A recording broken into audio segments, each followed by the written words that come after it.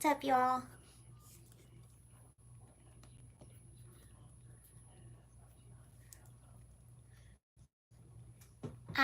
If you were here earlier, I tried to go live while I was hiking. I thought that would be a cool live on President's Day, but it turned out to be really cold on that hike, and I didn't have a jacket with me, so I aborted that message very quickly. If you were there, that live lasted about, I think, less than 2 minutes. maybe, maybe it was a little over 2 minutes, but not by very much at all. Hello, how are you? Hello, thank you for joining. So, lots of wild news today. The two biggest stories are the ones that I put on the headline of the live, so that's what we'll talk about. But I'll give people just a second or two to log in. Hello, happy President's Day. I was saying I had no idea that it was President's Day until a little bit after noon. Hello.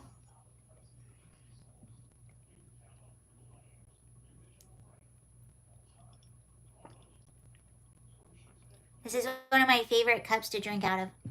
Hello, thank you for joining. Hey, did you all watch the Daytona 500?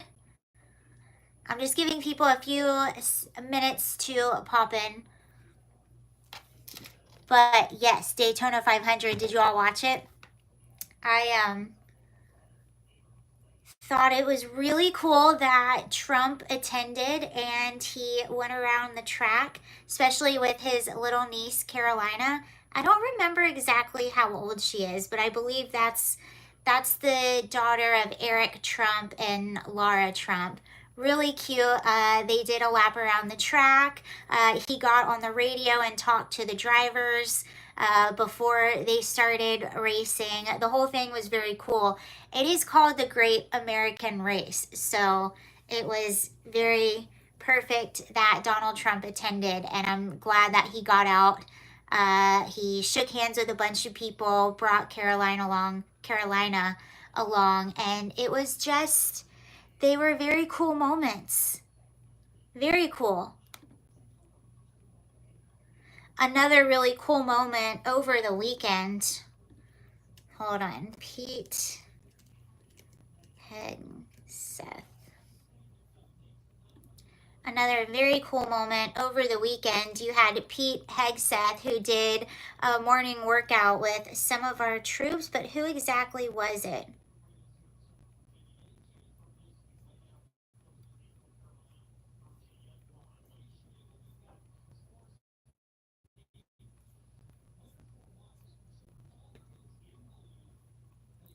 Okay, so this was on February 14th. He said, morning PT with our soldiers and Marines in Poland, 2-mile run and 5 sets of 47, of course, the best of our country, serving alongside our Polish allies. So he was in Poland and decided to do all the morning, like, why is it called, okay, what is it, PT? I'm going to sound silly. PT training. Military, okay. Oh, okay, it's physical training. So they're doing their morning physical training, and Pete got up and did their entire morning physical training with him. So I thought that was really cool. He did the whole training with him, but it's stuff like that that really boosts morale. Not only that, I was actually doing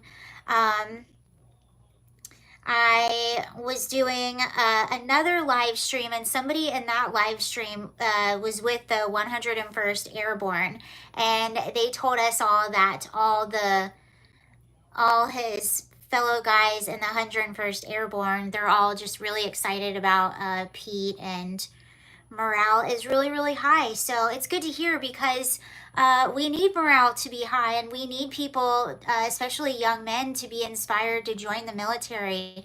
We've had, it's been bad.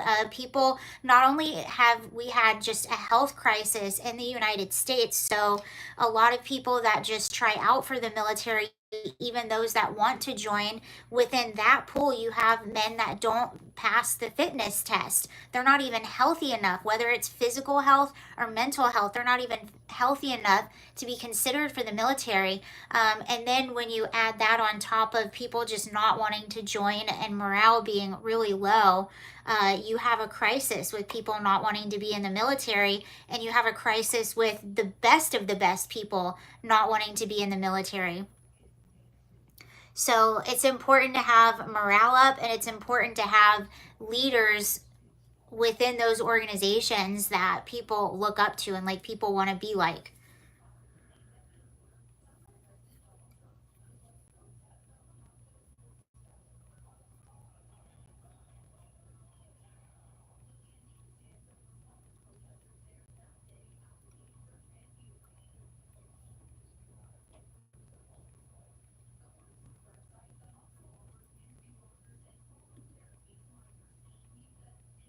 Śnieżnych. Oh, that's in Polish. I was trying to get you a clip, but it's in Polish right now. We don't know Polish. At least I don't. You might.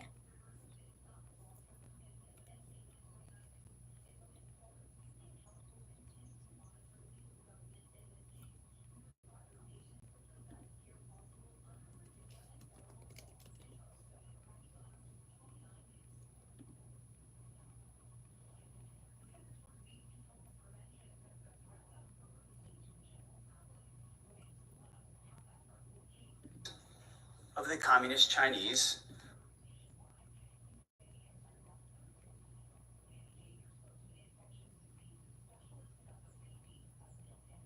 I was trying to get you a good part of his speech. He was recently in Europe. That's why he's there giving a speech. Here's just a clip. Real, as President Trump has said, but it's not enough. Nor is 3%, nor is 4%, more like 5%. Real investment, real urgency. We can talk all we want about values. Values are important. But you can't shoot values. You can't shoot flags, and you can't shoot strong speeches. There is no replacement for hard power. As much as we may not want to like the world we live in some cases, there's nothing like hard power.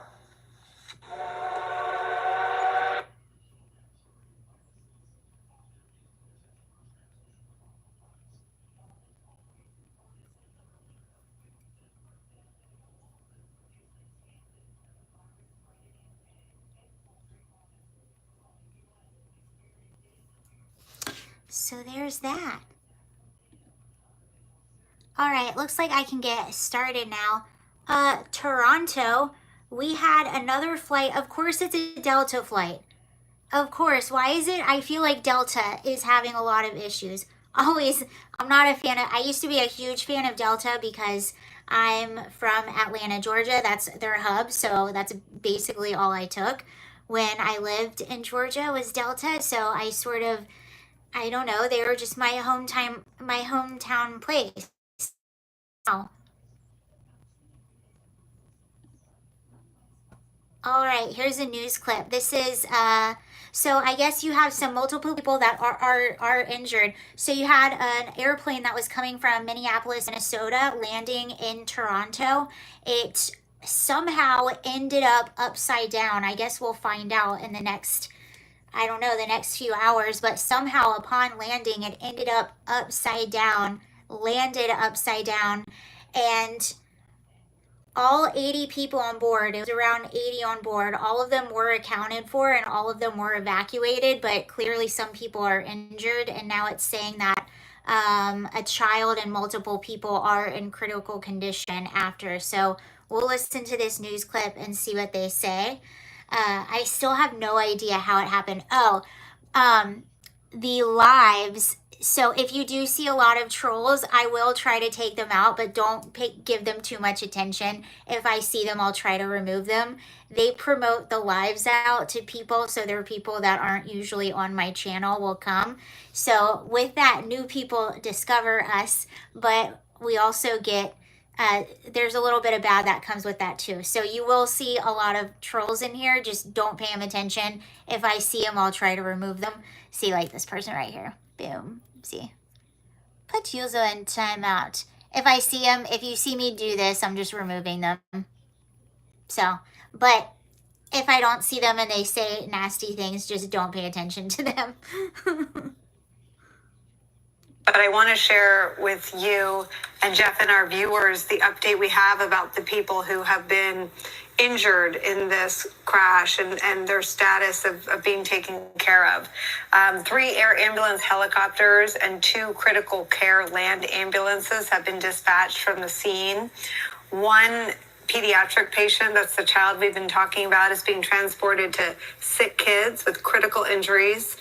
1 male patient in his 60s is being transported to St. Michael's Hospital in Toronto with critical injuries.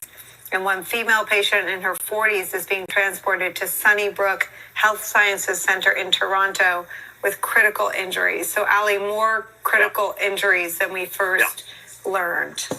Yeah, sick kid.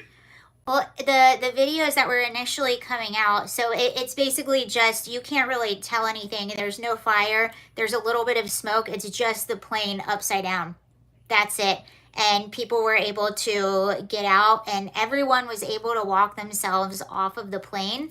So that's why I'm surprised as well that there were critical, and people are in critical condition now because everyone appeared to walk off the plane. But sometimes you are in shock, and sometimes you have internal things going on as well, so you're not realizing it right away. It is the preeminent children's hospital in all of Canada. It's the hospital for sick children. It's in Toronto, and they would, if a child is injured or sick, your first thought is to go to sick kids. You don't even think about it otherwise. It's quite possible that that child could be treated anywhere, but in Toronto, you know, if a child's needs medical care, you go to sick kids. Sunnybrook is the major trauma center, again, in all of Ontario and possibly in all of Canada. The more critical patient probably went to Sunnybrook. St. Michael's also a trauma center, but if they've got 2 helicopters going out, they're going to try and land 2 helicopters at different hospitals. As the crow flies, these are not long distances, but Toronto is a very heavily trafficked city, so getting these folks on helicopters was the smartest thing to do. Sick kids is downtown, so that's a little more complicated. The other thing to remember, and to the extent that people can use news about these things, the planes are designed well. Keep your seatbelt on until they tell you to take your seatbelt on. How many times have we all been on planes where... That's why I always keep mine on in case something like that happens. I just don't take it off because I'm paranoid, and I always think something like that is going to happen. Everybody's in a hurry to get up. People start taking their seatbelts off, and you hear the crew telling everybody to please sit down, don't start reaching for your bag. The plane's pretty safe, but if a plane goes upside down and you fall out of your seat and you hit your head, your chances of being injured are substantially higher. So, okay, here's my question. Did this happen after the plane landed? Was the plane on the ground? Because...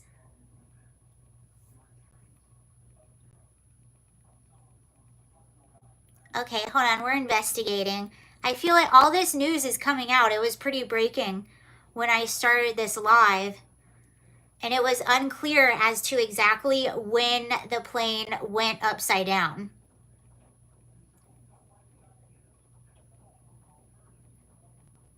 Runways.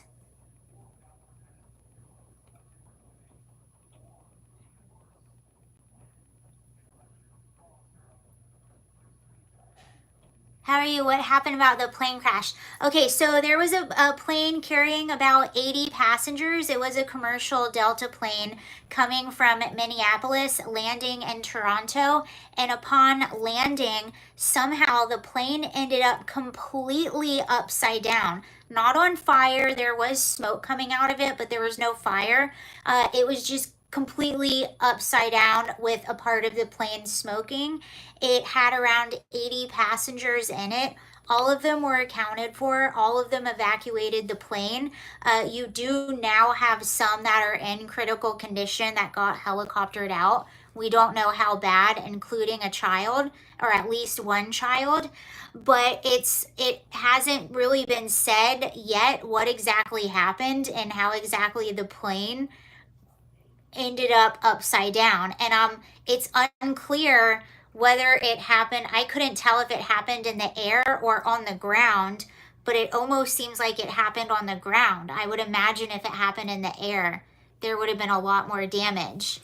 And in that news clip, he said people rush and they take their seatbelts off after landing.